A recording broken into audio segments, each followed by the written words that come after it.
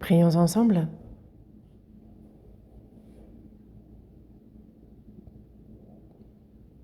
Dis notre Père, toi qui es miséricordieux, aujourd'hui encore, tu nous as rassemblés en ce lieu, tu nous as appelés ici et tu nous enseignes par ta parole. Merci.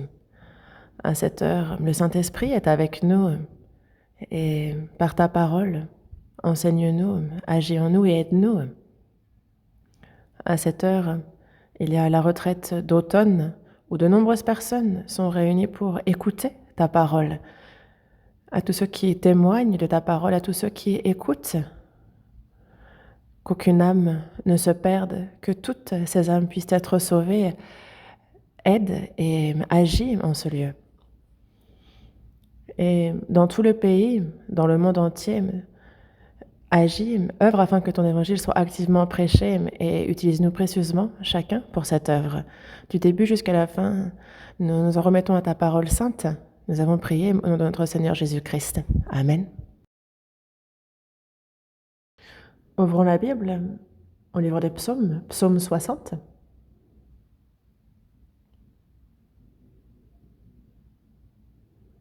Je vais lire d'abord plusieurs passages. Psaume 60, verset 3.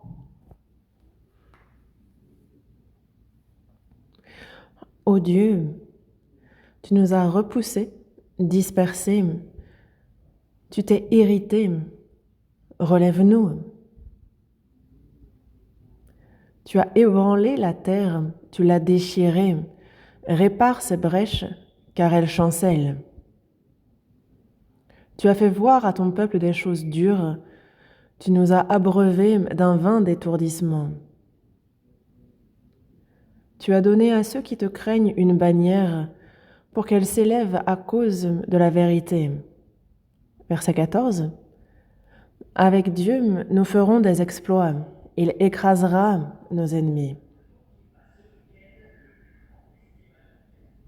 Jusqu'ici. Aujourd'hui, en ce dimanche, j'arrive à l'église et je constate que il y a beaucoup moins de personnes assises ici que prévu. Tous sont au centre de la retraite à Gwangju, n'est-ce pas? Cette année, vraiment, la retraite d'automne ressemble à la retraite d'été. On a 6662 inscrits, on a 1200 personnes qui font le service et on a donc un total de 7862 personnes présentes sur le site. Et on a l'impression de tenir la retraite d'été, mais c'est de tout le pays que de nombreuses personnes sont venues participer, que des personnes écoutent pour la première fois et nombreux sont ceux qui recevront le salut. Et j'ai écouté ce qu'on dit ici et là et il y a énormément d'entretiens en cours. Et donc, de nombreuses personnes ont été guidées, emmenées à la retraite. Et je crois en ce que l'œuvre du salut sera grande cette fois-ci. Et donc, l'évangile est prêché en ce moment même. Donc, pensez-y, priez dans votre cœur durant ce sermon. Donc, dans ce psaume 60, verset 5, « Tu as fait voir à ton peuple des choses dures. Tu nous as abreuvés d'un vin d'étourdissement. » Un vin d'étourdissement. Le mot peut être aussi traduit par tituber, un vin qui fait chanceler, vaciller. C'est un mot qu'on n'utilise pas tant que ça. C'est un peu comme quelqu'un qui marche et qui titube, qui chancelle, qui étourdit en fait. Que ce soit la traduction en anglais, on parle d'un vin qui fait chanceler. On a comme en français sinon un vin d'étourdissement selon les traductions. Donc aujourd'hui, nous allons aborder la désobéissance et ce vin d'étourdissement. Ici, dans ce psaume 60, pour ce qui est du contexte, on a David qui est en pleine guerre et c'est une guerre difficile qu'il mène. Mais alors qu'il mène cette guerre difficile, on a son chef d'armée, Joab, qui unit ses forces à lui et qui va donc... Le contexte est qu'il triomphe d'Édom. Verset 3. Ô Dieu, tu nous as repoussés, dispersés, tu t'es irrité, relève-nous. Tu as ébranlé la terre, tu l'as déchirée, répare ses brèches, car elles chancellent. Ô Dieu,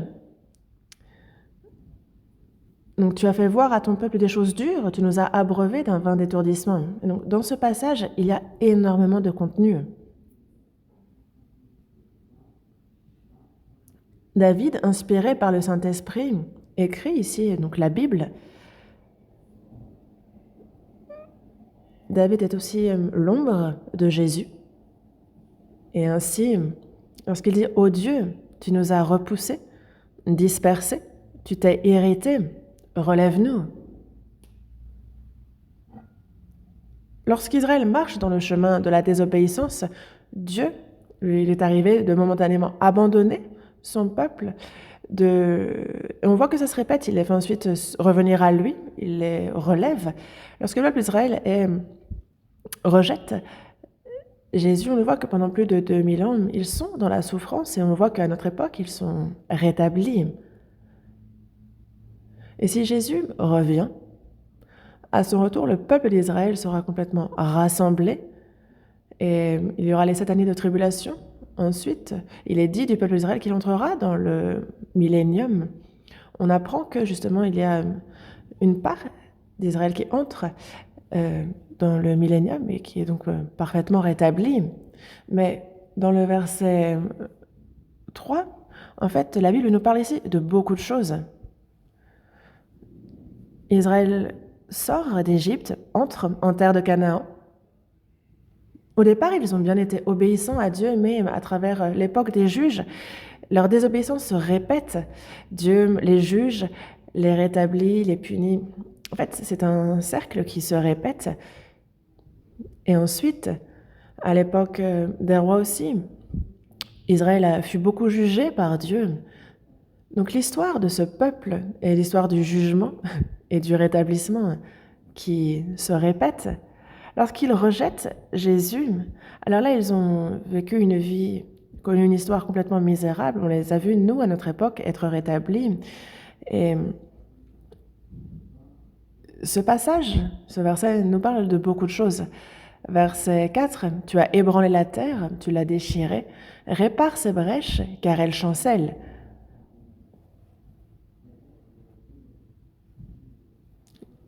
Au départ, la terre, il n'y avait qu'un morceau de sec.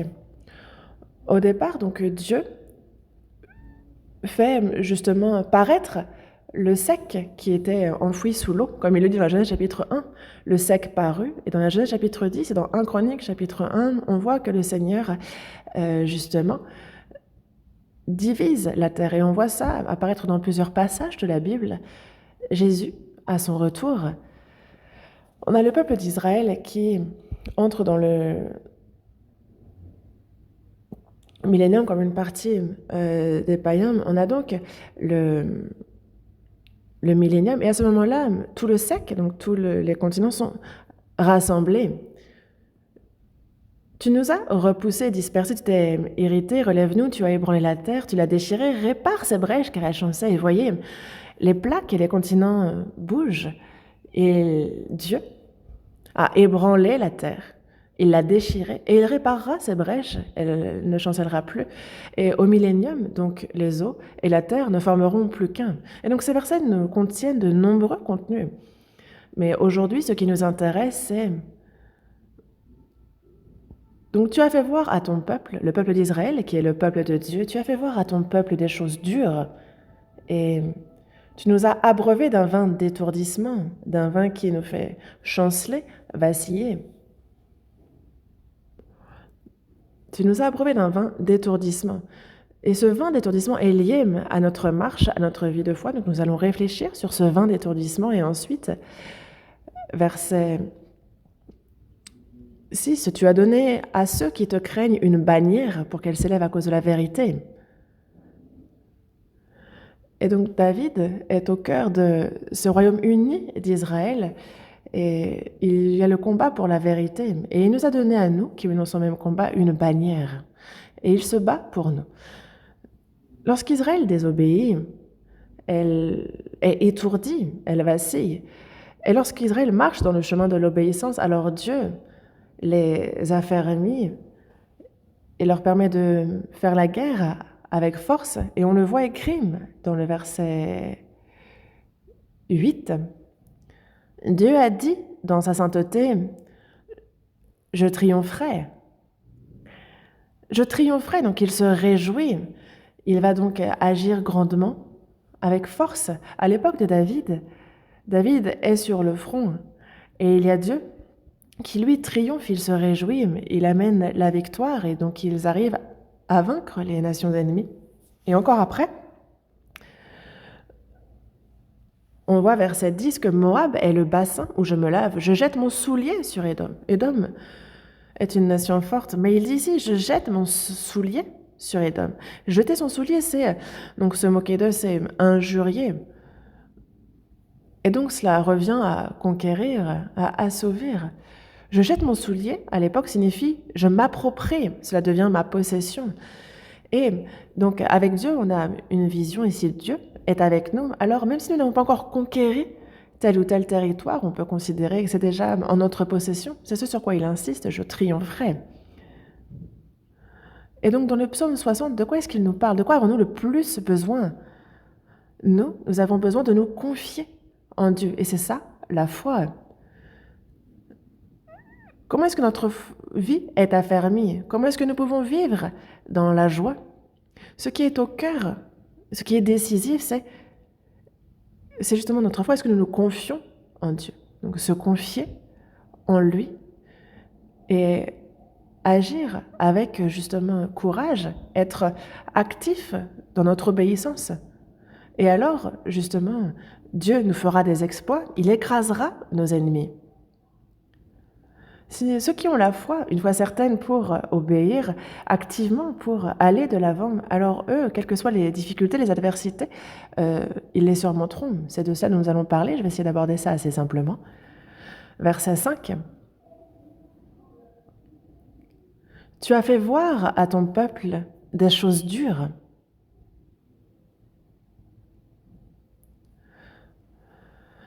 Il y a diverses raisons pour lesquelles notre vie devient compliquée et difficile. Quand on marche dans le chemin de l'obéissance, ça ne nous empêche pas de rencontrer des difficultés. Ici, tu as fait voir à ton peuple des choses dures. Dans le verset 3, il est dit « Ô Dieu, tu nous as repoussés, dispersés, tu t'es irrité. Pourquoi? Est-ce que Dieu a repoussé, dispersé? Pourquoi s'est-il irrité? C'est à cause de la désobéissance, c'est pour ça qu'il est irrité. Et relève-nous. C'est qu'il y a donc un problème. Il n'a pas besoin de relever quelqu'un, de le rétablir s'il n'y a pas de problème. Et lorsqu'il dit donc « tu as fait voir à ton peuple des choses dures », c'est qu'il y a eu donc désobéissance, c'est pour cela qu'il leur fait voir des choses dures. Et tu nous as abreuvés d'un vin d'étourdissement. Et donc, que se passe-t-il lorsque quelqu'un vacille ou chancelle? C'est qu'il va s'effondrer ensuite. Et donc, ici, tu nous as abreuvés d'un vin d'étourdissement.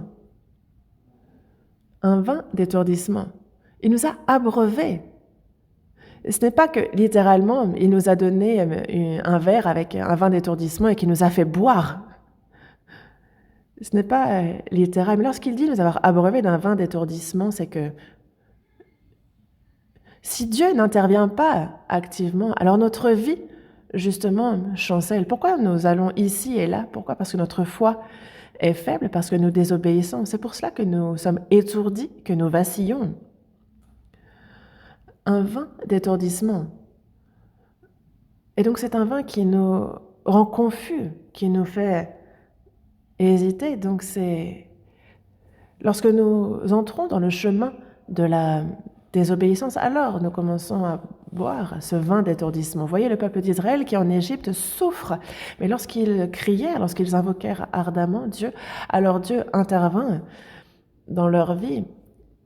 Lorsqu'ils étaient dans le désert, ils évoquèrent à grande voix Dieu qui leur donna la manne, de l'eau, de même en Canaan.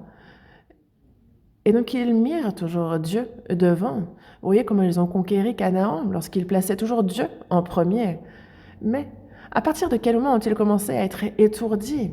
Oui, on entre dans l'ère des juges, et alors on les voit qu'ils invoquent, ils consultent l'Éternel. Et c'est alors qu'ils avaient quand même de la force, qu'ils ont pu vaincre en étant conquérants. Mais que se passe-t-il ensuite? Il n'est pas écrit qu'ils consultèrent l'Éternel, mais qu'ils firent comme bon leur semblait. Il faut vivre en s'appuyant sur Dieu, il faut vivre en lui obéissant, mais sans se confier en lui, sans s'appuyer sur lui et vivre selon notre propre pensée quand on marche dans la voie de la désobéissance. Alors, comme pour Israël, on voit que on commence à vaciller, à être étourdi. Et voyez, l'histoire d'Israël, c'est vraiment comme si j'étais abreuvée d'un vin d'étourdissement. On les voit dans leur histoire. Ils vacillent. Pourquoi? Parce qu'ils désobéissent, parce qu'ils font comme bon leur semble. C'est pour cela que ces choses arrivent. Mais à l'époque des juges, même si l'air est trouble, confuse, lorsque Dieu invoque ardemment Dieu, alors il établit un juge et il les rétablit.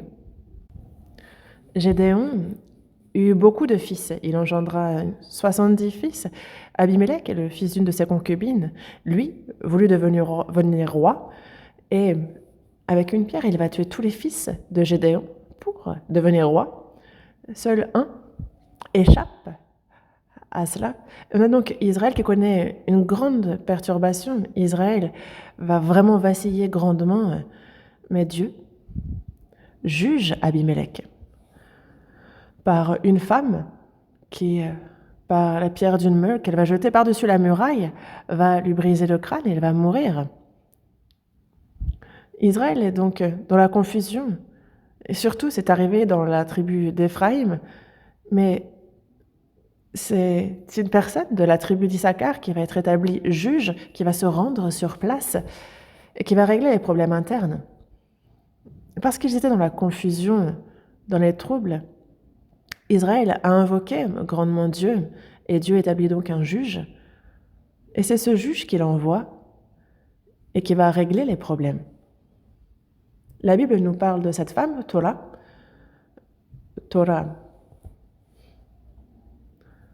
qui signifie insecte. Dans le psaume 2, en fait, c'est le même mot que lorsque Jésus parle de lui-même, se décrivant comme un insecte, un ver. Juge chapitre 10,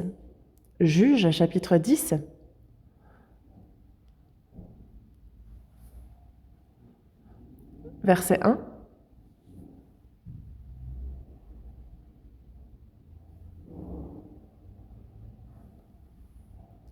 Après Abimélec, Tola, on est dans Juge chapitre 10, verset 1. Après Abimélec, Tola, fils de Pua, fils de Dodo, homme d'Issachar, se leva pour délivrer Israël. Il habitait à Shamir, dans la montagne d'Éphraïm. Il fut juge en Israël pendant 23 ans, puis il mourut et fut enterré à Shamir. À cause d'Abimélec, tout Israël est complètement dans la confusion. Dieu prend un homme, Tola, un homme d'Issachar, pour délivrer Israël, pour résoudre les problèmes. Et il délivre ainsi Israël des problèmes internes qu'il connaissait. Il fut en Israël pendant 23 ans, puis il mourut. Il était dans la montagne de Shamir, dans la montagne d'Éphraïm, lui alors qu'il habitait à Shamir. Donc il a été envoyé en Éphraïm. Et il fut juge en Israël pendant 23 ans, puis il mourut. Et il fut enterré à Shamir. Donc il revient à Shamir après avoir résolu tous les problèmes. Et lui est enterré à Shamir. Donc, à chaque fois qu'Israël désobéit, Israël est dans une grande confusion, elle vacille, chancelle. Mais à chaque fois qu'Israël invoque Dieu, il établit un juge et règle les problèmes.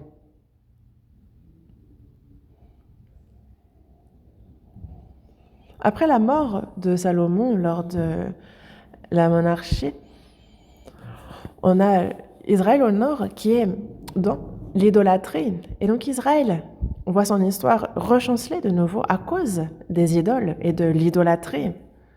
Ils étaient abreuvés du vin d'étourdissement. Et plus on boit, et donc on devient ivre et on vacille.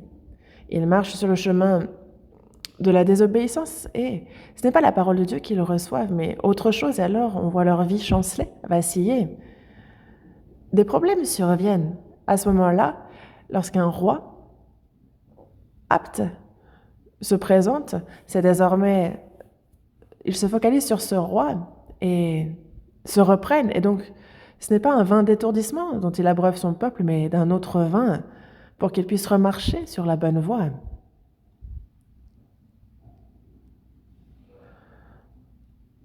Être abreuvé du vin d'étourdissement, boire un mauvais vin, lorsqu'on boit du mauvais vin, alors notre vie chancelle. Et Israël,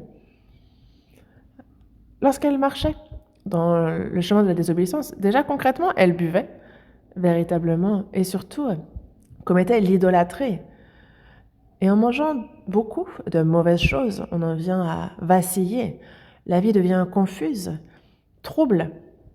Voyons ça dans Ésaïe, chapitre 28.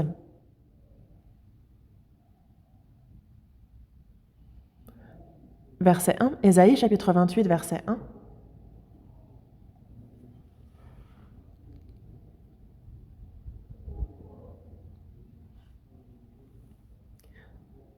Malheur à la couronne superbe des ivrognes d'Éphraïm, à la fleur fanée qui fait l'éclat de sa parure, sur la cime de la fertile vallée de ceux qui s'enivrent.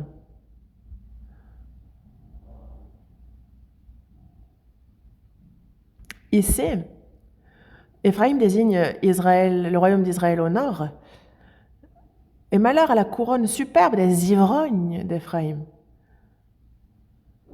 À la vallée de ceux qui s'enivrent, ils mangent, boivent, s'enivrent.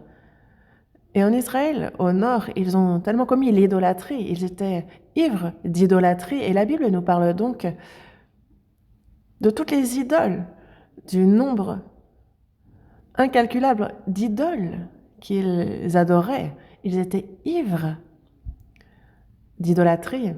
Verset 7. Mais eux aussi, ils chancellent dans le vin, et les boissons fortes leur donnent des vertiges. Sacrificateurs et prophètes chancellent dans les boissons fortes. Ils sont absorbés par le vin, ils ont des vertiges à cause des boissons fortes, ils chancellent en prophétisant, ils vacillent en rendant la justice. Toutes les tables sont pleines de vomissements, d'ordures, il n'y a plus de place. Dans le royaume de Judée, au sud également, ils prenaient des boissons fortes et donc on perd l'esprit. On ne sait plus qui on est. Ils ont reçu beaucoup d'idolâtrie et ils commettaient beaucoup l'idolâtrie. Ils étaient également ivres d'idolâtrie. Et ils recevaient constamment de mauvais enseignements. Et ces mauvais enseignements, la Bible nous en parle comme étant du vin, des boissons fortes. Chapitre 29, Ésaïe, chapitre 29, verset 9. Verset 9. Soyez stupéfaits et étonnés, fermez les yeux et devenez aveugles. Ils sont ivres, mais ce n'est pas de vin. Ils chancellent, mais ce n'est pas l'effet des liqueurs fortes. En réalité, on peut être ivre d'alcool, mais on peut également chanceler sous l'effet d'autre chose. De quoi? De mauvais enseignements que l'on aurait reçus. Verset 10. Car l'Éternel a répandu sur vous un esprit d'assoupissement. Il a fermé vos yeux, les prophètes, il a voilé vos têtes, les voyants. Toute la révélation est pour vous comme les mots d'un livre cacheté que l'on donne à un homme qui sait lire en disant « Lis donc ça » et qui répond « Je ne le puis, car il est cacheté ». Ou comme un livre que l'on donne à un homme qui ne sait pas lire en disant « Lis donc cela » et qui répond « Je ne sais pas lire ». Le Seigneur dit « Quand ce peuple s'approche de moi, il m'honore de la bouche et des lèvres, mais son cœur est éloigné de moi. Et la crainte qu'il a de moi n'est qu'un précepte de tradition humaine. C'est pourquoi je frapperai encore ce peuple par des prodiges et des miracles, et la sagesse de ces sages périra, et l'intelligence de ces hommes intelligents disparaîtra.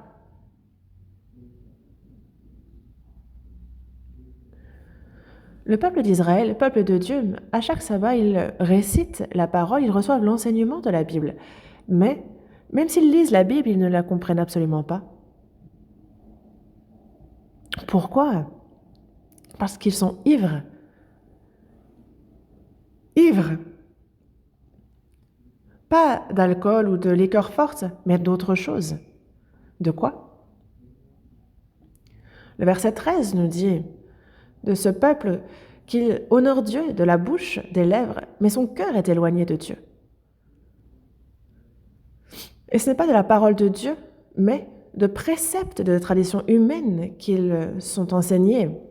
Ils reçoivent les préceptes de traditions humaines. Même s'ils écoutent la parole, il y a les anciens qui ajoutent les traditions humaines, et c'est de ces choses-là qu'ils sont ivres. Et donc au final, ils vont jusqu'à rejeter Jésus, le Christ. Et donc,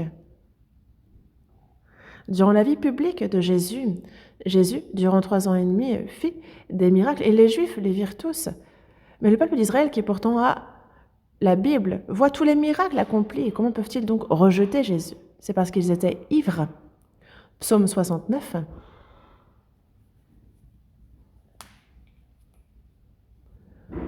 Ils étaient ivres d'autre chose, d'où le fait qu'ils étaient étourdis, qu'ils chancelaient. Psaume 69.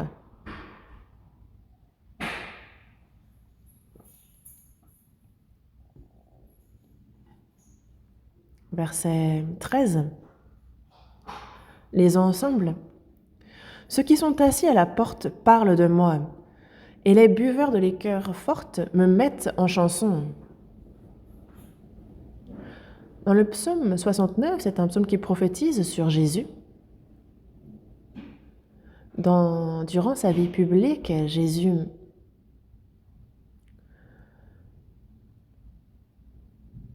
va même redonner vie à Lazare, pourtant dans la tombe depuis 4 jours, et le peuple d'Israël vit ce miracle.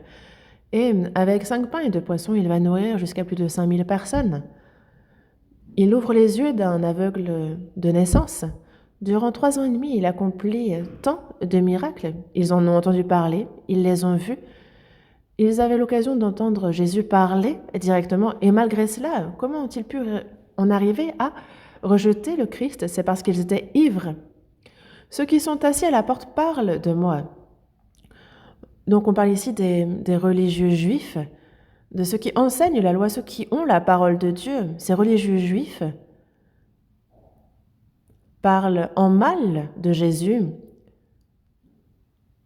Et les buveurs de liqueurs fortes me mettent en chanson. Ils m'insultent, ils sont ivres. Et c'est pour cela que Israël a été piétiné, parce qu'il était ivre d'autre chose. Et ainsi, lorsque l'on boit beaucoup de vin, de liqueur forte, alors on perd un peu l'esprit et on chancelle, on vacille. Et quand on mange, lorsqu'on ingère toutes sortes de choses, alors ce n'est pas le chemin qu'on doit suivre, qu'on suit, mais un autre, on commence à prendre des chemins farfelus. Pourquoi est-ce qu'Israël chancelle, est étourdie et ne marche pas comme elle devrait? C'est parce que lorsqu'elle désobéit, surtout lorsqu'elle est ivre d'autre chose, elle chancelle et en vient à tomber. À l'époque de David, pourtant, David est un homme selon le cœur de Dieu. David, hormis ce qui est arrivé avec Urim, était toute sa vie honnête. Il a reçu l'onction.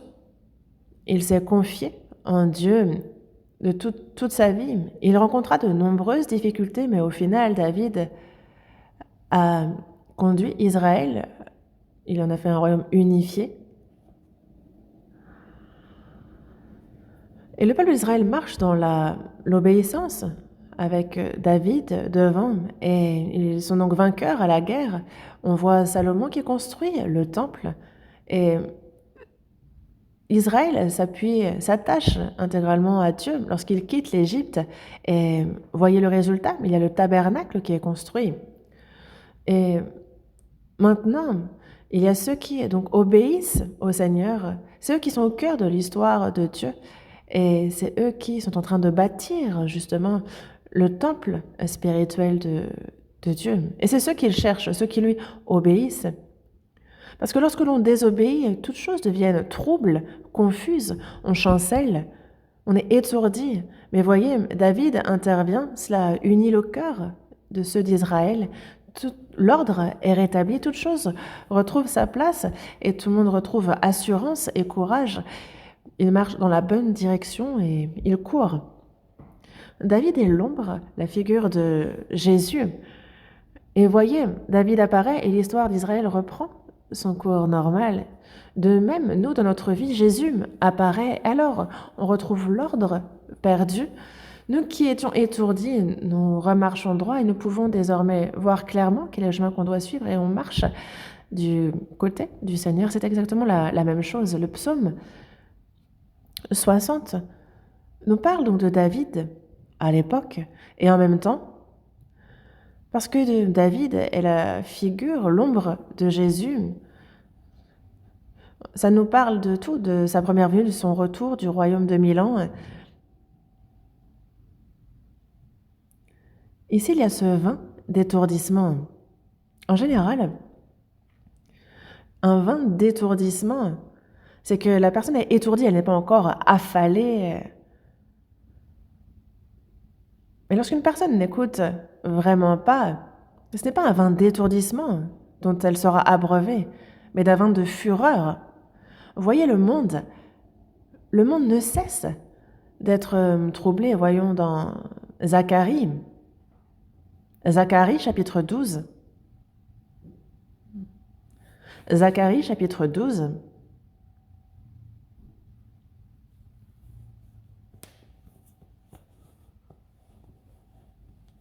Chapitre 12, verset 1.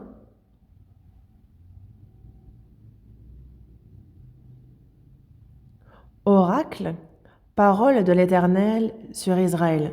Ainsi parle l'Éternel, qui a étendu les cieux et fondé la terre, et qui a formé l'esprit de l'homme au-dedans de lui. Voici, je ferai de Jérusalem une coupe d'étourdissement pour tous les peuples d'alentour, et aussi pour Juda dans le siège de Jérusalem.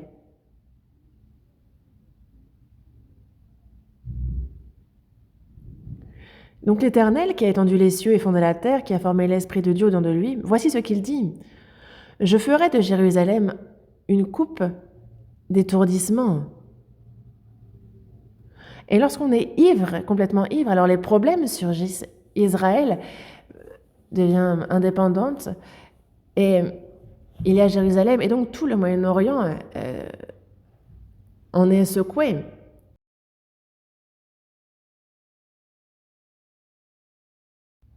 Et une personne ivre, si elle prend une pierre pesante, alors elle sera meurtrie. Verset 3.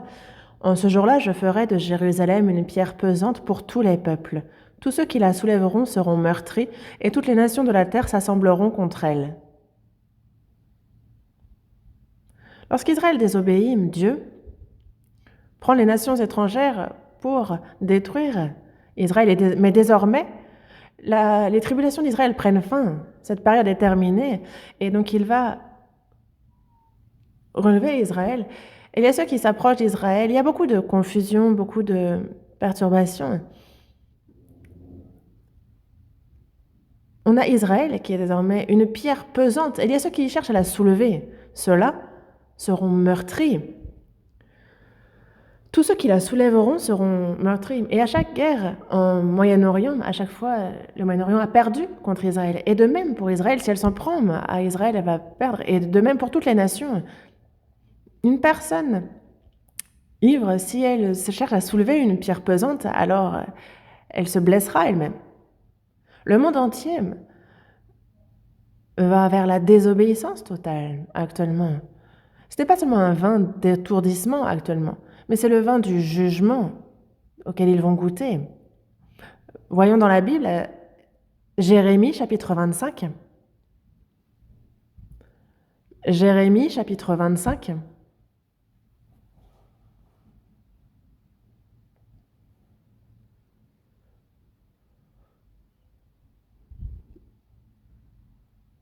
Chapitre 25, verset 28.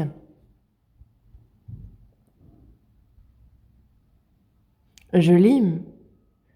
Et s'ils refusent de prendre de ta main la coupe pour boire, dis-leur,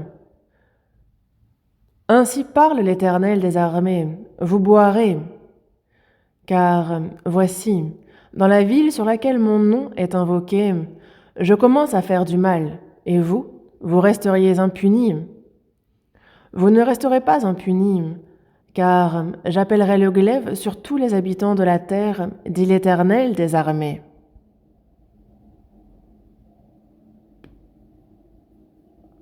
Dans Jérémie, chapitre 25, c'est d'abord Israël qui boit cette coupe. Israël désobéit et elle est donc faite misérable. Mais le peuple élu de Dieu a déjà bu la coupe. Et comment est-ce que les nations étrangères resteraient impunies? Ces nations aussi ne seront pas impunies, elles buvront de la coupe. On ne peut échapper à la coupe du jugement. Israël l'a bu, les nations la boiront aussi. Et il est sage que de boire la coupe du salut, une fois qu'on a bu la coupe d'étourdissement. Parce que cette coupe d'étourdissement nous fait chanceler. De la même manière, lorsqu'on boit du mauvais vin, alors on en vient à chanceler, à vaciller. Et nous vivons juste avant les tribulations. Les tribulations sont si proches de nous et le monde, petit à petit, devient de plus en plus trouble. Pourquoi? Parce que tous vacillent, tous sont là sur le point de s'effondrer et ils ont tellement bu de mauvais vin, de mauvaises choses. Voyons dans Osée. Osée chapitre 4.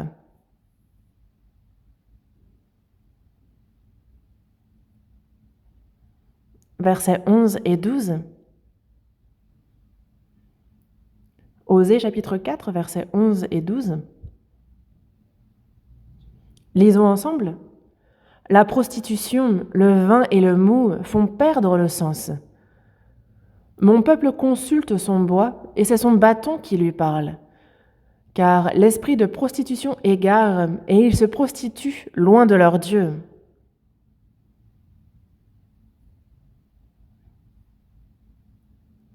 Ici, on voit ce qui détourne le cœur des hommes. La première des choses ici, c'est la prostitution. On parle ici donc de l'idolâtrie. Mon peuple consulte son bois, sans consulter Dieu, mais de consulter le bois, un bâton. Ces idoles faites de bois, et c'est ce qu'il consulte. Mon peuple consulte son bois, et c'est son bâton qui lui parle. Non pas le Dieu vivant, mais toute autre sorte d'idoles qu'ils prennent, qu'ils forgent, alors que eux doivent aller à Dieu. Leur cœur se détourne pour des idoles. Leur cœur est détourné. Et donc ils perdent leur sens. Ils ne peuvent marcher dans la bonne voie et on les voit vaciller et chanceler. Ici, mon peuple consulte son bois. Et ça m'a rappelé une chose de lire ce passage. C'est un peu comme ceux qui consultent leur téléphone. Ils consultent son bois. Il y a ceux qui consultent leur téléphone. Ils demandent à un bâton, oh, mais comment faire? Et il y a le bâton qui répond. C'est un peu ceux qui consultent leur téléphone. Bon, on peut lui demander des choses, mais il ne faut pas se consulter que le téléphone, sinon on perd nos sens. Et si c'est le cas, alors qu'il faut que l'on marche droit, on peut au final chanceler, vaciller. La prostitution, le vin et le mou font perdre le sens. Le vin et le mou, pour faire simple. Avant de recevoir le salut, il y a tout ce dont nous profitions auparavant.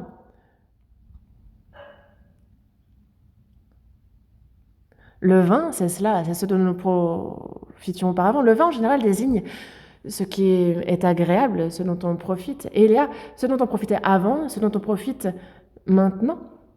Et ces choses qui nous détournent justement, qui s'emparent de notre cœur et qui font chanceler les hommes, qui font perdre le sens à un grand nombre d'hommes. Et oui, en réalité, de nombreux problèmes surviennent à cause de l'alcool, et voyez les hommes chanceler à cause de l'alcool. À cause de l'alcool, une famille va justement être secouée. Une personne prend de la drogue, et voyez que ce soit aux États-Unis ou dans le monde, et même en Corée, ça se propage, la drogue s'immisce dans les familles, pose problème. Voyez les jeunes, comment ils sont chancelants. Dans Apocalypse, chapitre 11, il y a donc les 7 années de tribulation, il y a 2 témoins, et il y a 144 000 sauvés qui mourront durant la seconde partie des 7 années de tribulation. Et c'est à Jérusalem qu'ils meurent, mais spirituellement parlant, on l'a désigné au-dessus comme la place de la grande ville qui est appelée dans un sens spirituel Sodome, et Égypte, là même où leur Seigneur a été crucifié. Sodome. Et donc de quoi est-ce qu'on parle? Sodome, c'est justement la prostitution, l'adultère. Et Édom, c'est vraiment mondain, profane. Vous voyez un peu Israël. Parmi le peuple d'Israël, même s'il est retourné en Israël, nombreux sont les athées. Ils sont très profanes. Il y a énormément de choses de ce monde. Et durant les 7 années de tribulation, de nombreuses personnes seront sauvées, mais beaucoup ne le seront pas aussi.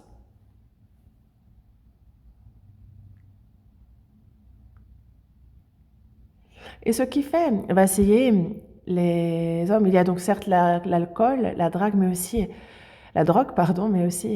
la prostitution, les péchés à caractère sexuel. À cause de cela, une famille se brise, une famille chancelle, et même à titre personnel, à cause de problèmes avec le sexe opposé, une personne peut voir complètement sa vie chanceler.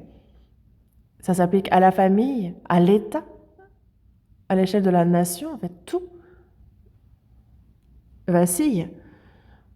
Et il y a plusieurs choses que la Bible ne reçoit pas. Donc on nous en parle dans Proverbes chapitre 30. Il y a 3 choses qui sont au-dessus de ma portée, donc même 4 que je ne puis comprendre. La trace de l'aigle dans les cieux, la trace du serpent sur le rocher. Il passe et on se dit « Oh, un serpent !» Et une personne l'a vu, mais les autres sont là « Ouh !» parce qu'ils ne l'ont pas vu, le serpent. La trace du navire au milieu de la mer. Vous voyez un bateau qui passe et ça fait des remous, comme de l'écume. Et une seconde après, on n'a plus aucune trace du passage du bateau. Et la trace de l'homme chez la femme. La relation entre un homme et une femme est vraiment une relation qui ne laisse pas de traces. C'est très représentatif.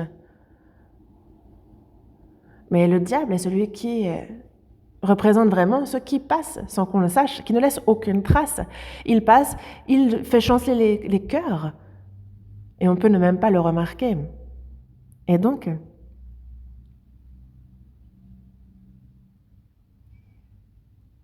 quand on est ivre à cause des choses sexuelles, que ce soit aussi les jeux, que ce soit le divertissement, que ce soit... Toutes ces choses-là, en fait, vont faire vaciller la vie d'une personne quand on en est ivre. C'est comme... sur le web, en fait, on a www et qui est worldwide. En fait, on appelle ça un web. En fait, donc c'est l'image de la toile d'araignée. On est vraiment sur la toile, comme on dit. C'est vraiment le net. Et donc, Internet, en soi aussi, si on ne fait pas attention, on peut être saisi, comme pris par une toile d'araignée. Et à cause de cette dépendance, on peut voir notre vie complètement chancelée. Alors qu'il nous faut marcher droit, la personne peut ne même plus marcher du tout. Une personne, justement, réfléchit. Et la pensée est très importante parce que, justement, l'homme pense, réfléchit. Mais la question est de savoir ce qui importe, c'est de savoir à quoi on pense. Et plus on pense à de bonnes choses, plus notre pensée va se porter vers ces choses positives. Voyons ça dans la seconde épître à Timothée, chapitre 4.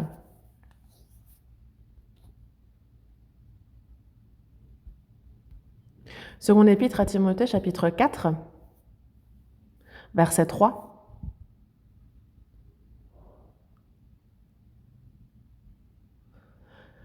Car il viendra un temps où les hommes ne supporteront pas la sainte doctrine, mais, ayant la démangeaison d'entendre des choses agréables, ils se donneront une foule de docteurs selon leurs propres désirs, détourneront l'oreille de la vérité et se tourneront vers les fables.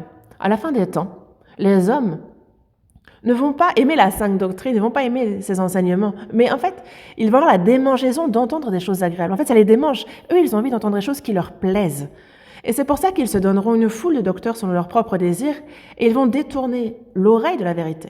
Et regardez notre époque, voyez tous les docteurs que l'on retrouve sur YouTube, et ils vont se tourner vers leurs propres désirs, ce qui leur plaît. Ils se tourneront vers les fables, ils détourneront l'oreille de la vérité. Et donc, dans la tête, il y a des choses qui s'immiscent dès le plus jeune âge.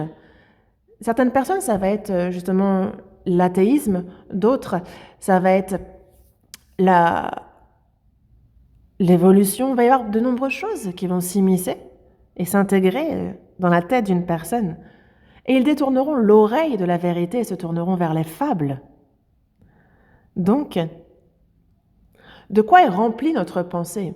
En fonction de cela, justement, nous allons marcher droit ou non. Et donc, il est nécessaire à notre époque de savoir dans quel monde on vit. Vous voyez combien tout s'effondre ici. On est à l'époque qui chancelle le plus, sachez-le. Psaume 82. C'est un passage qu'on a lu ensemble tout à l'heure, Psaume 82. Verset 5.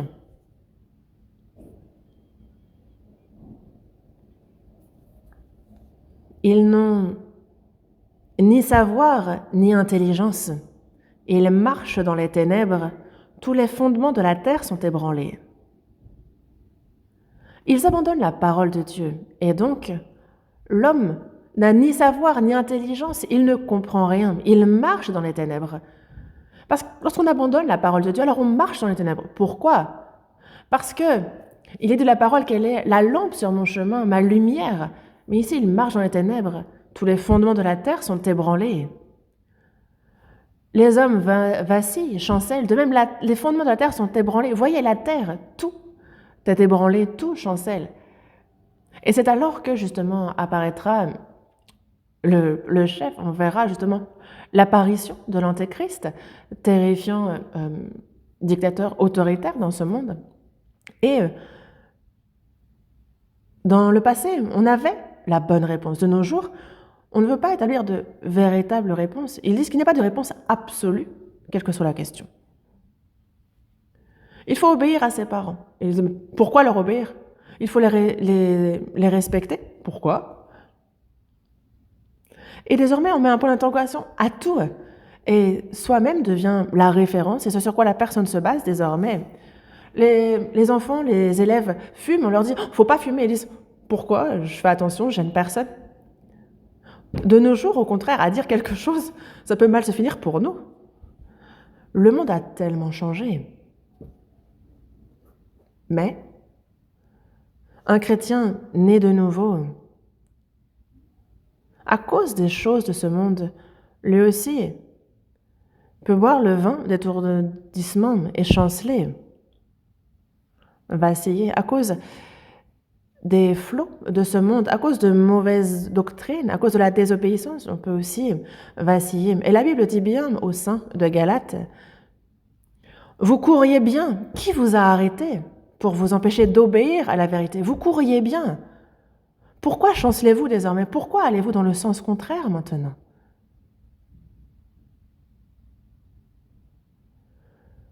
Ces mauvaises doctrines qui s'éloignent de la Bible, lorsqu'on les reçoit, la personne alors va commencer à chanceler, à s'arrêter, à aller dans l'autre sens. David aussi, il avançait bien, il courait bien, mais il commet le meurtre, l'adultère, et sa vie chancelle. Il a failli complètement s'effondrer, mais c'est de justesse qu'il se relève. Lorsqu'un chrétien commet un péché qu'il ne devrait pas commettre, sa vie chancelle. Et c'est pour ça qu'il nous faut être prudents. La Bible nous dit qu'il nous faut mettre un couteau à notre gorge si on a trop d'avidité. De peur, vaut mieux se mettre un couteau à la gorge que de prendre des risques. Voyons dans Proverbes, chapitre 23. On nous parle de 3 choses dans ce verset. Chapitre 23, verset 1.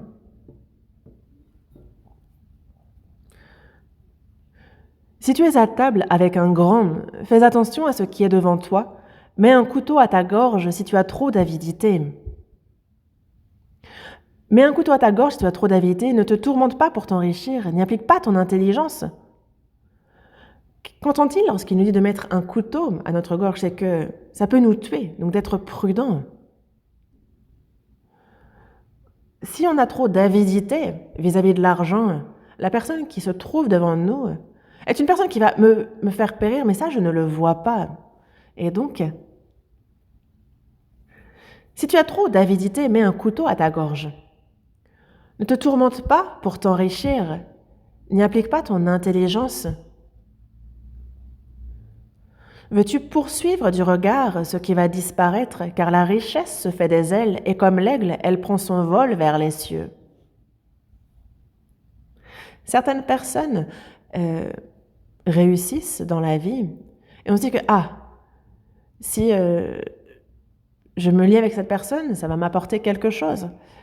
Et il y a ceux qui ne voient que ce que cette personne possède et ne voient pas la personne en elle-même. Mais si on ne fait pas attention, on peut justement complètement s'effondrer dans notre vie. Si c'est l'avidité, si j'ai une avidité particulière vis-à-vis des biens matériels, eux s'approchent de nous, on a l'impression qu'ils nous accueillent, qu'ils prennent soin de nous, mais la Bible nous dit « mets un couteau à ta gorge si tu as trop d'avidité ». Si on a le manger et le boire et de quoi s'habiller, il faut s'en contenter. Nous ne sommes pas tentés. Nous ne sommes pas tentés si nous nous contentons de cela. Mais si on commence trop souvent à se demander « mais comment est-ce que je peux faire pour faire comme eux, pour avoir comme eux ?» alors je peux tomber dans ce piège de l'avidité. Et c'est pour ça qu'il nous a dit « mets un couteau à ta gorge. Fais attention, reprends tes esprits, reprends-toi. » Et beaucoup tombent à cause de l'argent. Et juste après, on nous parle, verset 27, « Car la prostituée est une fosse profonde, et l'étrangère un puits étroit. Elle dresse des embûches comme un brigand, et elle augmente parmi les hommes le nombre des perfides. » Ici, ça nous parle des problèmes liés au sexe opposé. Mets un couteau à ta gorge. Si jamais tu tombes dans des problèmes à cause du sexe opposé, l'étrangère est un puits étroit. On y tombe et on ne peut en sortir. Si on tombe dans les problèmes avec le sexe opposé, je m'excuse pour les femmes, mais il y a des femmes perfides. Il y a celles qui attrapent et qui ne relâchent pas. Vous pouvez tomber sur une telle personne. Ici, mets un couteau à ta gorge. Tiens-toi aux aguets, mais sois prudent, reprends-toi. Verset 29. Pour qui les pour qui les hélas, pour qui les disputes, pour qui les plaintes, pour qui les blessures sans raison, pour qui les yeux rouges, pour ceux qui s'attardent auprès du vin, pour ceux qui vont déguster du vin mêlé, ne regarde pas le vin qui paraît d'un beau rouge, qui fait des perles dans la coupe et qui coule aisément. Le vin, ne pense pas même à regarder le vin. Un verre de vin? Une fois prendre de la drogue, à cause de ce une fois, notre vie peut s'effondrer. Mets un couteau à ta gorge. À cause de l'argent, la vie peut chanceler. À cause du sexe opposé, la vie peut vaciller. À cause de l'alcool et ce qui va avec, on peut tomber, vaciller à cause du divertissement. Et c'est pour cela que Israël, lorsqu'elle désobéit, sa vie, vraiment, a été tumultueuse. Elle a perdu sa force, elle a vacillé. Et à l'époque des juges, on l'a vu ainsi vaciller. Mais le vin d'étourdissement n'est pas un poison. Israël, lorsqu'il n'écoute pas la parole de Dieu, il les a abreuvés du vin d'étourdissement, mais lorsqu'il n'écoute véritablement pas, lorsqu'il n'écoute absolument pas, alors Il fait venir une chose bien pire et il la juge sans pitié. À notre époque, maintenant, les hommes ne cessent de recevoir ce qui est mauvais et s'éloignent toujours plus, petit à petit, de Dieu. Il y a une limite. S'ils la dépassent, alors ce n'est pas le vin d'étourdissement qu'ils vont connaître, mais le vin de la fureur de Dieu. S'ils entrent dans les 7 années de tribulation, qu'arrive-t-il à ceux qui ont la marque? Ils buvront justement un vin bien plus amer, le vin de la fureur de Dieu. Et il y avait un séminaire, et le 5e jour, il y avait un grand-père qui participait avec nous, et le grand-père disait « Ah, j'ai écouté jusqu'à hier dire vraiment, vraiment, la Bible est un livre surprenant. »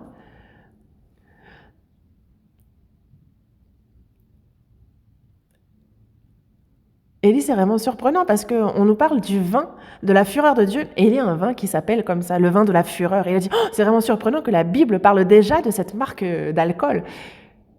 Parce que dans Apocalypse, chapitre 14, verset 9, on voit que reçoit une marque sur son front ou sur sa main, et il boira lui aussi du vin de la fureur de Dieu. Donc quand il a vu le vin de la fureur, lui il a compris que ce n'était pas lié à la marque d'alcool. Mais en fait, il a fait, oh ouais, bon, enfin, quand même, c'est surprenant. Et c'est le séminaire suivant qu'il a reçu le salut. Mais en tout cas, il boira lui aussi du vin de la fureur de Dieu. Et dans le psaume 75 aussi, on nous parle qu'ils boivent jusqu'à la lie le vin de la fureur de Dieu. Et nous, ce à quoi il faut qu'on réfléchisse, Dieu abreuve du vin d'étourdissement, ça, c'est ce qu'il fait boire lorsqu'on désobéit. Mais lorsque il y a ceux qui obéissent véritablement à Dieu, ceux qui le glorifient dans leur vie, il a préparé du bon vin pour eux. Et c'est ce vin-là qu'il nous faut boire.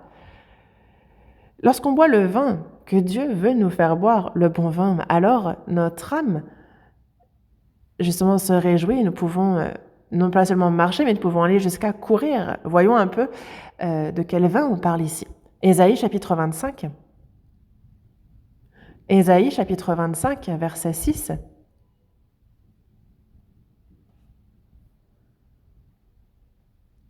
Ésaïe chapitre 25, verset 6. L'Éternel des armées prépare à tous les peuples sur cette montagne un festin de mets succulents, un festin de vin vieux, de mets succulents pleins de moelle, de vin vieux clarifié.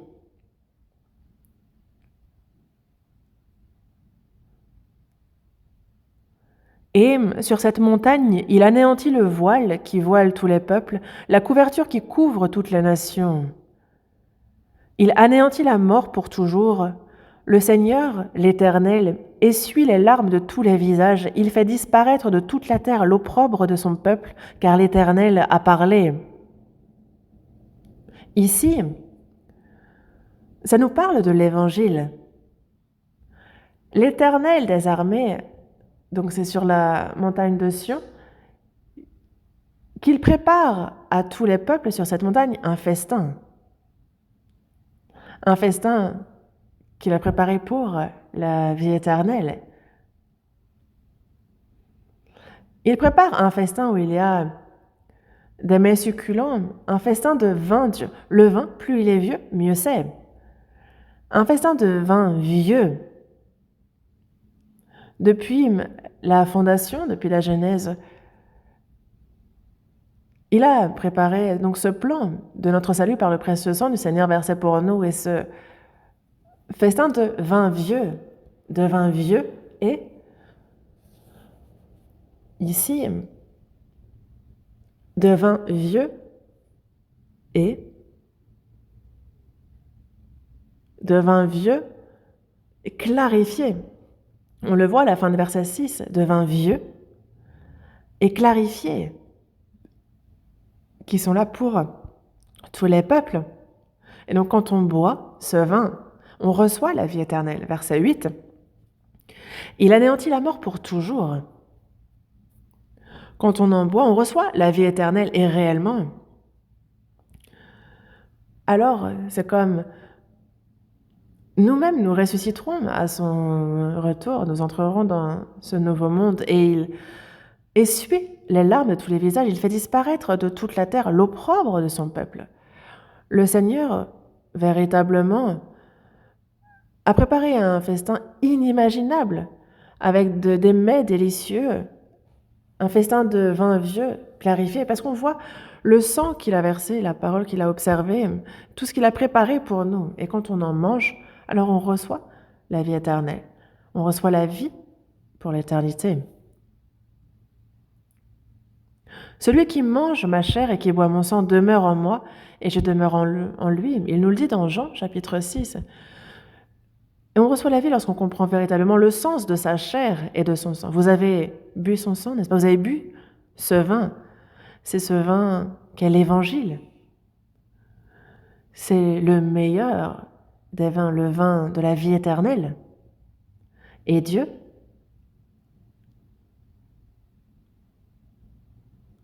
pour ceux qui ont reçu le salut,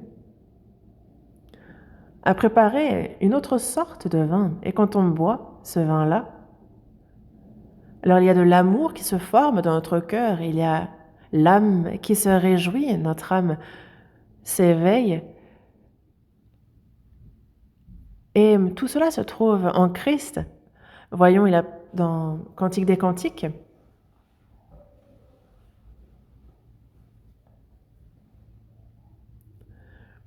l'amour est décrit comme du vin. Cantique des Cantiques, chapitre 1.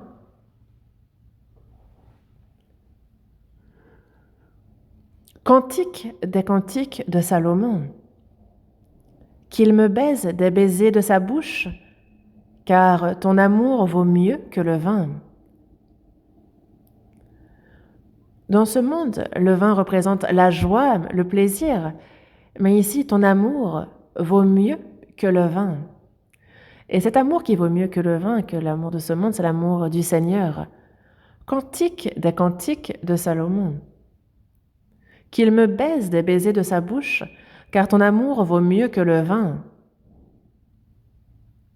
Lorsqu'on reçoit le salut, il devient notre époux, nous sommes son épouse, l'épouse du Seigneur. Dès qu'on reçoit le salut, c'est l'amour du Seigneur qui vaut mieux que n'importe quel autre amour de ce monde.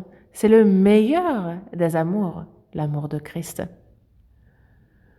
Car Dieu a tant aimé le monde qu'il a donné son Fils unique, afin que quiconque croit en lui ne périsse point, mais qu'il ait la vie éternelle. Dieu a tant aimé le monde qu'il a envoyé Jésus sur la croix à notre place. C'est ici la marque de son grand amour. Et c'est pour cela qu'ici il dit « Ton amour vaut mieux que le vin ». Le Seigneur nous a donné l'amour. Lorsqu'on reçoit le salut, le Saint-Esprit entre en nous et dans notre cœur et nous fait comprendre l'amour du Seigneur. L'espérance ne trompe point, parce que l'amour de Dieu est répandu dans nos cœurs par le Saint-Esprit qui nous a été donné. Lorsqu'on a reçu le salut, a été versé en nous, répandu dans notre cœur, l'amour de Dieu, ce grand amour, le plus grand des amours. Cantique des Cantiques, chapitre 8. Chapitre 8, verset 6.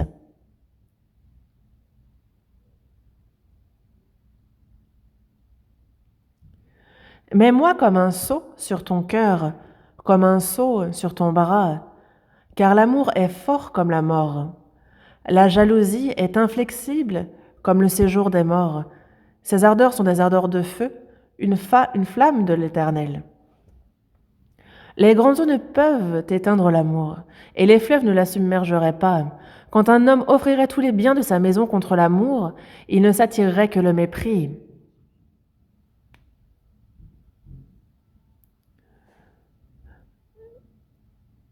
Un sceau est très important parce que, justement, on doit bien le garder parce que c'est ce qui atteste de ce que l'on possède. Mais mets-moi comme un sceau sur ton cœur, comme un sceau sur ton bras, car l'amour est fort comme la mort. Un amour aussi fort que la mort. Les grandes eaux ne peuvent éteindre l'amour et les fleuves ne la submergeraient pas. On ne peut effacer, submerger, éteindre cet amour. Et quand un homme offrirait tous les biens de sa maison contre l'amour, il ne s'attirerait que le mépris. Lorsqu'on reçoit le salut, c'est cet amour-là que nous avons reçu, c'est de cet amour-là que nous sommes régalés. C'est comme lorsque l'on boit du vin. Lorsqu'on comprend véritablement l'amour du Seigneur, alors il nous enivre. L'amour du Seigneur enivre les personnes et ceux qui en sont enivrés sont heureux. Plus l'amour qui aime le Seigneur est grand, plus la personne qui aime, justement, va naturellement faire des efforts et se donner pour lui. De quoi faut-il que nous soyons enivrés? De l'amour de la croix.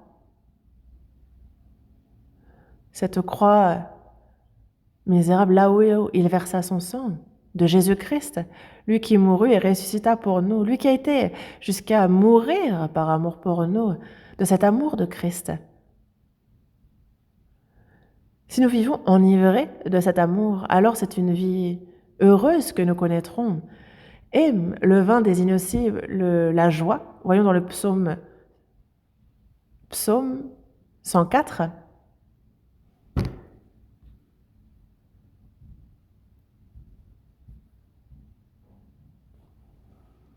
Psaume 104, verset 15.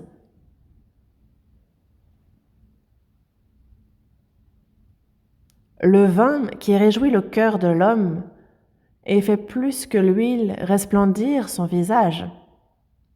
Donc, le vin qui réjouit le cœur de l'homme. Le vin, par définition, c'est la joie. C'est ce qui réjouit l'homme. Et c'est pour cela que dans Jean chapitre 2, on voit que le premier miracle que fait Jésus, c'est, on a 6 vases qu'il a demandé à remplir jusqu'en haut. Et dans ce genre de vase, on peut mettre 90 à 130 litres, donc ce sont de grands. Un autres, c'est vraiment grand.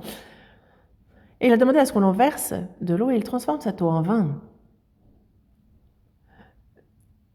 Des noces où il n'y a plus de vin, ce sont des noces où la joie a disparu. Et là où la vie ne connaît plus la véritable joie, l'allégresse, c'est alors la véritable joie qui arrive apportée par le Seigneur. Jésus est venu pour faire connaître quelle est la véritable joie. Et c'est le premier miracle qu'il accomplit. Il nous dit qu'il est venu pour donner la véritable joie. Les religions dans ce monde sont différentes de la chrétienté. La chrétienté apporte la joie. Voyons dans Ecclésiaste chapitre 10. Ecclésiaste chapitre 10, verset 19.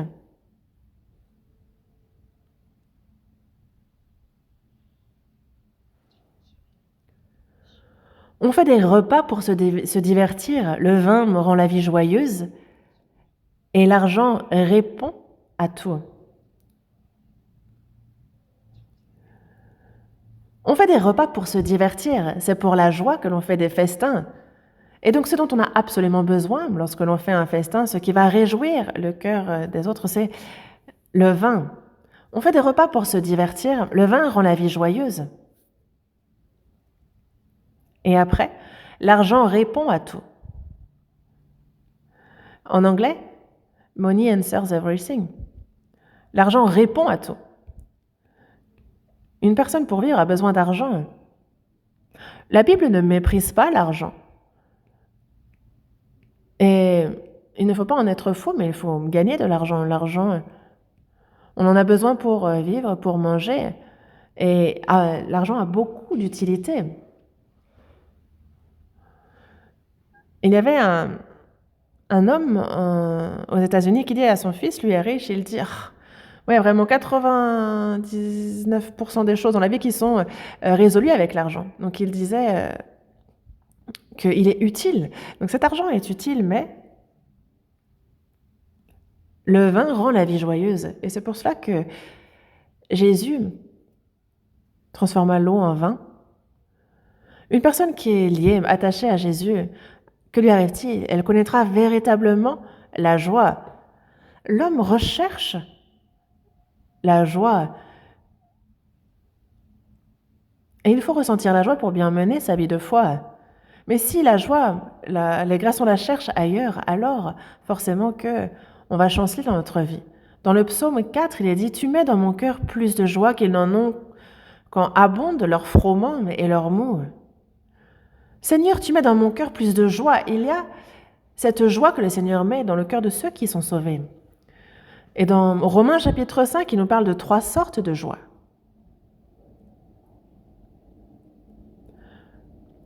À qui nous devons d'avoir eu par la foi accès à cette grâce dans laquelle nous demeurons fermes et nous glorifions dans l'espérance de la gloire de Dieu.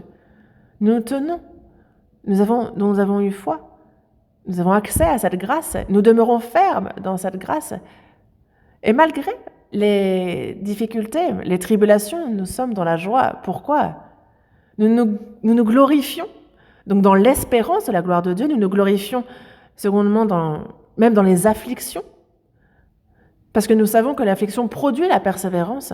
Et nous ne nous réjouissons pas, nous ne nous glorifions pas dans les afflictions parce que c'est réjouissant, mais parce que nous savons que dans l'affliction, ça produit la persévérance. Nous sommes forgés, notre espérance, ce n'est pas les choses visibles, nous savons toujours plus dans les afflictions qu'elle est au ciel. Et nous nous glorifions en Dieu parce que nous avons reçu le salut. Nous nous glorifions en Dieu par notre Seigneur Jésus-Christ. C'est là notre joie. C'est là la joie du chrétien.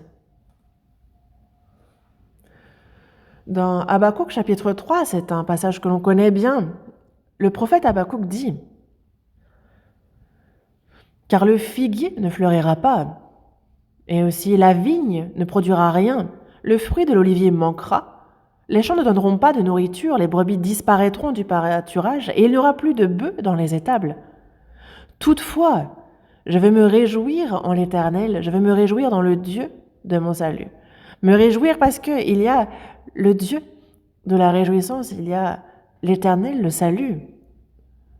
Et donc ce vin de la réjouissance, cette joie qu'apporte le vin, il y a ce vin de l'amour, de la joie. Et cherchons Ésaïe chapitre 55.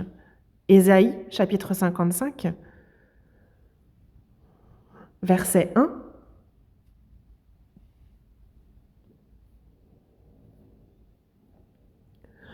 Vous tous qui avez soif, venez aux eaux, même celui qui n'a pas d'argent, venez, achetez et mangez, venez, achetez du vin et du lait, sans argent, sans rien payer.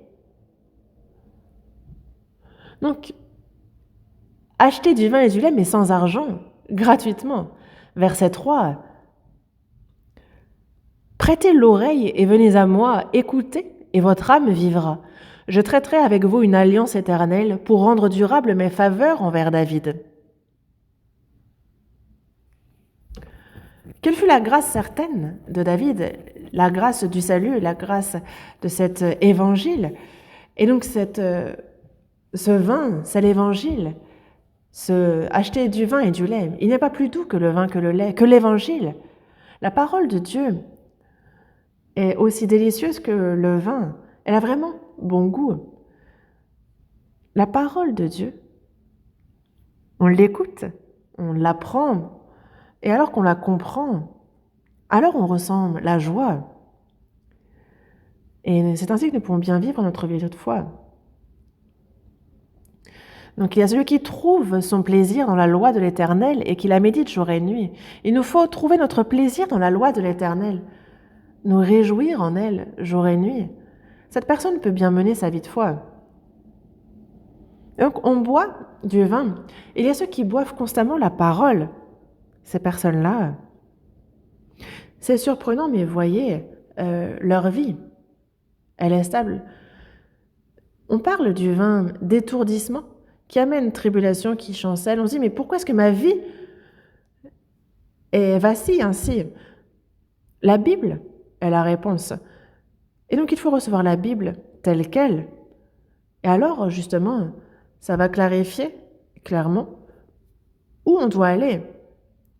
On avait aussi cette terre, parce que l'Éternel a bien dit qu'il y avait la terre qui était informe et vide. Dieu a dit, et alors, c'est rentré dans l'ordre. On est passé d'une terre qui était vide, informe, et elle a pris forme.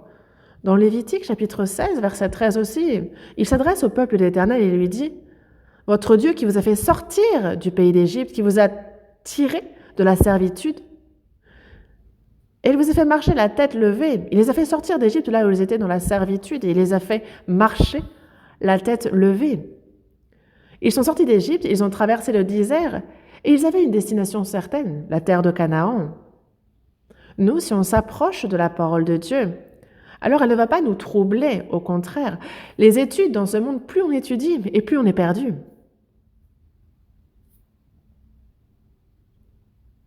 Que ce soit la philosophie ou... Beaucoup sont confus en étudiant telle ou telle chose. Vous avez déjà vu ça? Les gens qui rentrent en théologie, et la première année, ils disent « si je dois périr, je périrai ». Ils continuent deuxième année, et lorsqu'il dit si peut-être que je vais mourir, en troisième année, justement, ils se disent « pourquoi est-ce que je dois mourir pour le Seigneur ?» Et en fait, on les voit partir. Il faut d'abord recevoir le salut, recevoir l'esprit, mais en fait, ils sont constamment confus par ces mauvaises doctrines. Il est nécessaire justement d'avancer dans la Bible. Il nous parle d'un vin clarifié. Et c'est assez surprenant, mais la parole de Dieu vraiment clarifie l'âme d'une personne. Il montre clairement la voie à suivre, la direction. Et nous, en fait, on écoute, on voit ceci et cela, et ça nous perturbe, on est confus.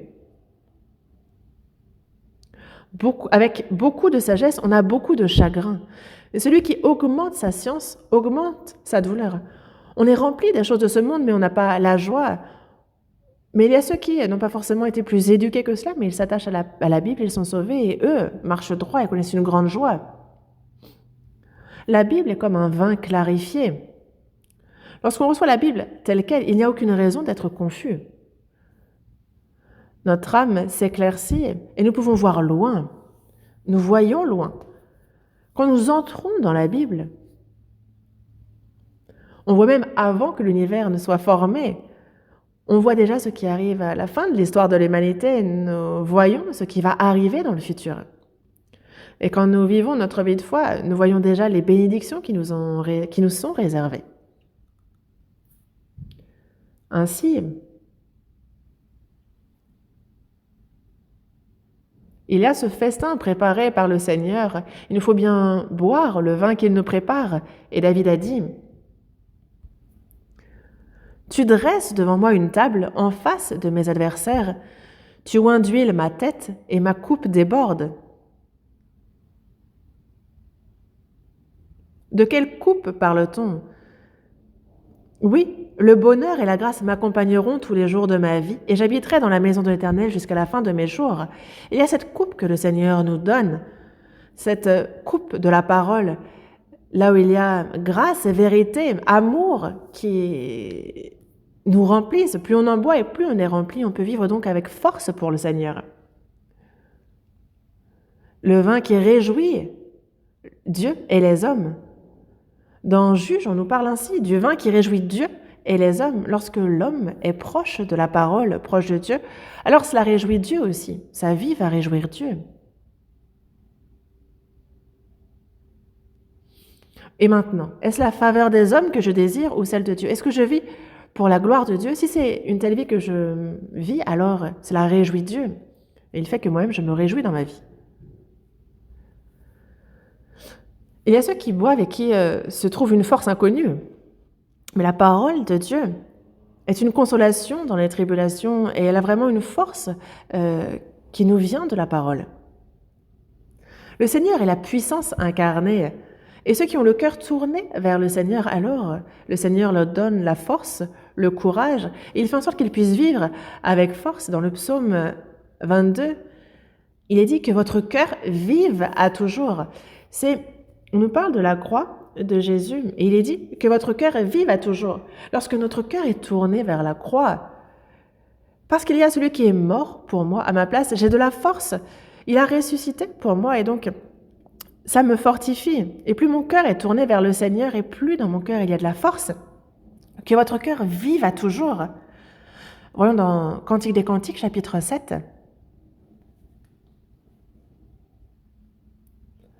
Cantique des Cantiques, chapitre 7, versets 2 et 3.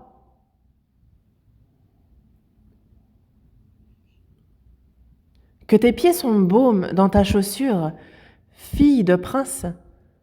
Les contours de ta hanche sont comme des colliers, œuvre des mains d'un artiste. Lisons ensemble le verset 3. Ton sein est une coupe arrondie où le vin parfumé ne manque pas. Ton corps est un tas de froment entouré de lys. Ici, on complimente la femme sunamite, que tes pieds sont beaux dans ta chaussure, fille de prince.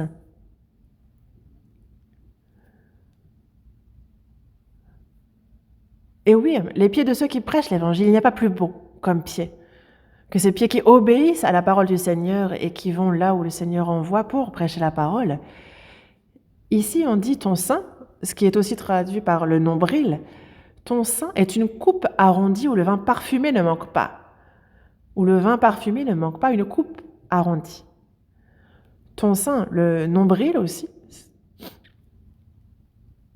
C'est comme dans Jean chapitre 7. Si quelqu'un a soif, qu'il vienne à moi et qu'il boive. Celui qui croit en moi, des fleuves d'eau vive couleront de son sein.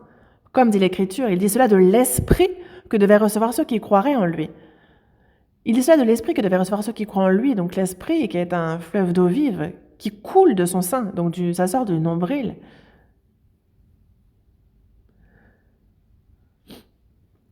Ton corps est un tas de froment entouré de lys, rempli, entouré de lys, de ce qu'il y a de plus beau, de meilleur.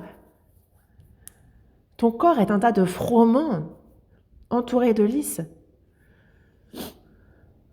Ton sein est une coupe arrondie où le vin parfumé ne manque pas. Ton corps est un tas de froment entouré de lys, donc il ne connaît pas la faim. Mais il est rassasié de quoi? Il est rassasié de l'amour du Seigneur, de la joie du Seigneur. Il est repu de cette espérance, combien grande d'ailleurs, de cette grâce, de cet amour. C'est de cela dont il est rassasié. Il est donc rassasié, il a bien mangé, il a donc de la force. Il est en forme. Il dit ton corps est un tas de froment entouré de lys. Et donc il va dans le champ, il sème la semence. Et il va beaucoup moissonner. Ceux qui sèment avec larmes moissonneront avec chant d'allégresse, comme nous le dit ce verset. Il va donc semer et beaucoup moissonner. Et voici ici pourquoi on complimente ses pieds, parce que ses pieds sont diligents, ils vont ici et là, sèment encore et encore. Et il y a beaucoup de gerbes qui sont moissonnées. Mais qu'y avait-il alors? Il a bien mangé pour bien semer. Il y avait le vin du Seigneur, le bon vin que donne le Seigneur. Et ton sein est une coupe arrondie où le vin parfumé ne manque pas. Elle n'en a pas manqué. Et vu qu'elle en boit encore et encore, qu'elle n'en manque pas, elle ne peut qu'en parler, elle ne peut que parler de ce qu'elle a reçu. Job 32. Job 32.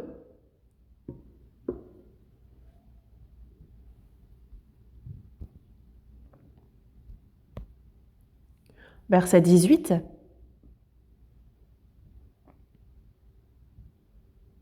Je lis. Car je suis plein de paroles, l'esprit me presse au-dedans de moi. Mon intérieur est comme un vin qui n'a pas d'issue, comme des outres neuves qui vont éclater. Je parlerai pour respirer à l'aise, j'ouvrirai mes lèvres et je répondrai. Job discute avec ses trois amis et lui est vraiment frustré de les entendre, tous les quatre, et il se retient encore. Et là, vu qu'il s'arrête, il dit, bon, c'est à moi de parler. Et donc on a Élie qui parle et qui dit, je suis plein de paroles, l'esprit me presse au-dedans de moi, mon intérieur est comme un vin qui n'a pas d'issue, comme des outres neuves qui vont éclater. Je parlerai pour respirer à l'aise, j'ouvrirai mes lèvres et je répondrai. Quand on reçoit le salut, les hommes non sauvés parlent de la vie comme s'ils la connaissaient, et nous, c'est frustrant. On est là et on a à cœur de dire telle et telle chose. Non, ça ne vous arrive pas. Moi, une fois, je suis allée dans une autre église, il y avait un missionnaire. J'écoutais son missionnaire et vraiment, il était à côté de la plaque. Et J'écoutais, il parlait pour les étudiants, j'écoutais, il était toujours à côté de la plaque. Et moi, mais ça brûlait en moi. Et j'ai dit, excusez-moi. En fait, je l'ai fait En fait, moi, j'avais envie de dire un mot et j'ai voulu monter sur l'estrade, mais on me l'a pas permis. On m'a dit, tu redescends.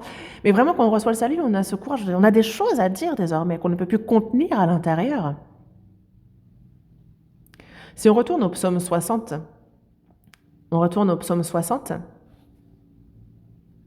ici, verset 5. Tu as fait voir à ton peuple des choses dures. Tu nous as abreuvés d'un vin d'étourdissement. Israël a vu des choses dures, a chancelé. Mais elle dit, mais qu'est-ce qu'on doit faire alors? Ah, c'est au Seigneur qu'il faut s'attacher, il faut le connaître toujours plus, il faut s'attacher ardemment à lui, donc on sera vainqueur. Verset 6. Tu as donné à ceux qui te craignent une bannière pour qu'elle s'élève à cause de la vérité. Et donc, le peuple d'Israël était dans les choses dures. Ils se sont dit, bon, ce qu'il faut qu'on fasse, c'est craindre le Seigneur, obéir à la parole du Seigneur. Ça, ils l'ont compris. Et alors, ils sont attachés au Seigneur et seulement à lui. Et il a donné à ceux qui te craignent une bannière pour qu'elle s'élève à cause de la vérité. Israël, lorsqu'il quitte l'Égypte, dans Nombre, chapitre 2, on a les 12 tribus. Et elles sont 4 par 4, avec chacune une bannière. Et c'est comme ça qu'ils avancent et qu'ils partent en guerre. Et cette fois aussi, on parlait d'une bannière. À l'époque de David aussi, on nous parle de la bannière de la vérité qui était en avant pour la guerre, pour l'unification du pays. Dans le Nouveau Testament aussi, pour nous aussi, le Seigneur nous a donné une bannière. Ésaïe chapitre 11. Ésaïe chapitre 11.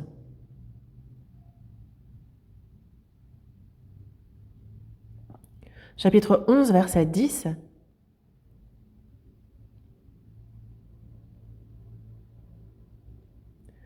En ce jour, le rejeton d'Isaïe sera là comme une bannière pour les peuples. Les nations se tourneront vers lui et la gloire sera sa demeure. En ce jour, le rejeton d'Isaïe, donc Jésus,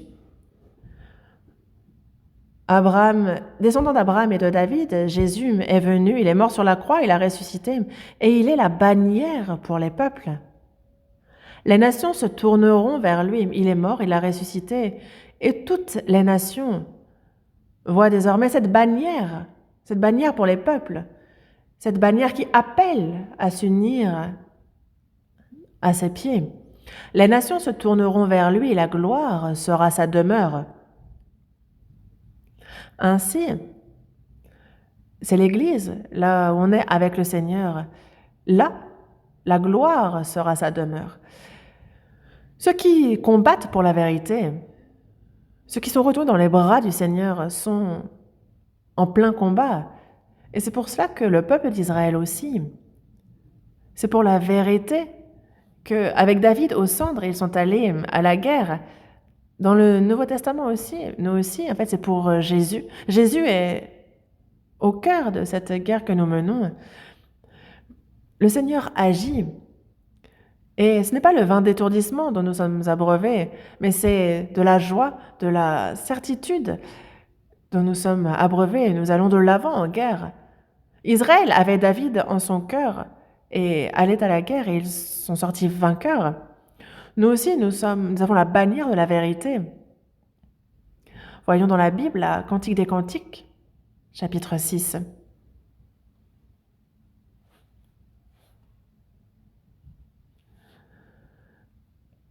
Le statut même du chrétien est soldat. Chapitre 6, verset 4. Tu es belle, mon ami, comme Tirtsa, agréable comme Jérusalem, mais terrible comme des troupes sous leur bannière.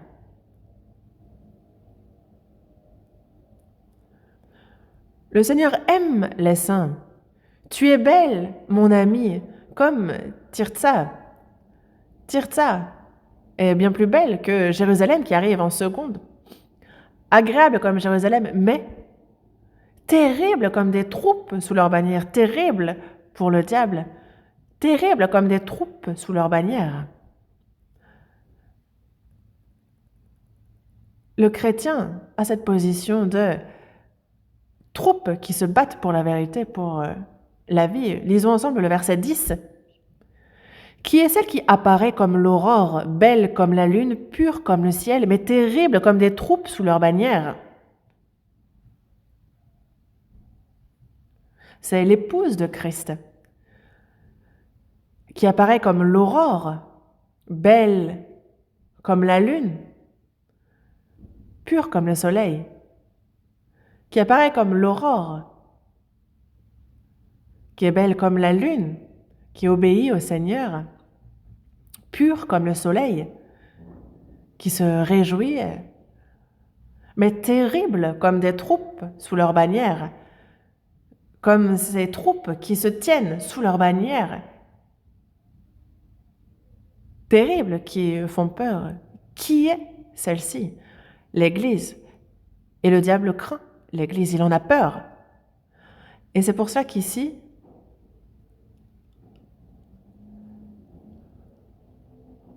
Psaume 60, verset 7, « Ainsi que tes bien-aimés soient délivrés, sauve par ta droite et exauce-nous. »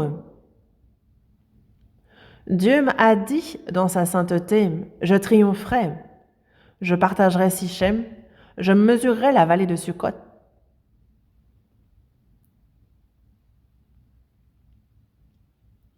Celui qui, pour la vérité, garde sa position, se bat, celui qui se tient dans le camp du Seigneur, celui qui marche ainsi, alors Dieu triomphera, il s'en réjouit, il va agir, il va marcher devant cette personne. Ainsi, quand est-ce que le Seigneur se réjouit? Quand est-ce qu'il est à l'œuvre? Lorsque l'on marche dans le chemin de l'obéissance, alors il se réjouit tellement qu'il agit et qu'il marche devant nous. Ainsi,